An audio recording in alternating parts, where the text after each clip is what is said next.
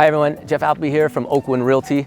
We've got the August 2021 numbers. It is September 2021, and we're going to talk about inventory levels. That's the key to what is happening in the market now. The Bank of Canada is going to keep their key interest rates steady, and that means that we're going to see continued buyer demand. That's going to be pretty strong, and it is what's kind of chipping away at inventory levels. So that's a little bit more pronounced when you go outside of the city.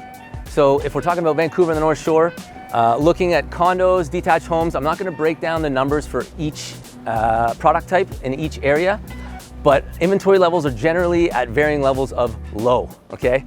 Buyers remaining pretty strong, but we're also coming out of an August that's a tough month to use as a bellwether, okay? A lot of people were burned out.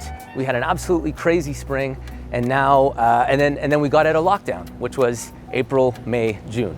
So I think August saw a lot of people taking time off, and a lot of people held off on new listings as well.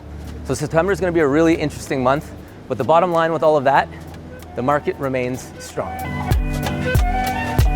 So what's going to happen next? We've got our federal election coming up, and there's a lot of talk about housing, but I don't really see any major change via this election, to be quite honest. It's going to continue to be a really good market for sellers. Buyer demand is going to continue to be strong.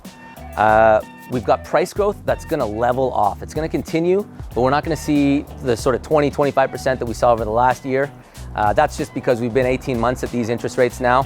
And then the last thing is that the next month, really the month of September and maybe the first little bit of October is when we're going to see a nice bump in inventory, but that's really going to teeter off into the fall and winter. So if you are a buyer looking for a new home, this next little bit is going to be a good opportunity for you.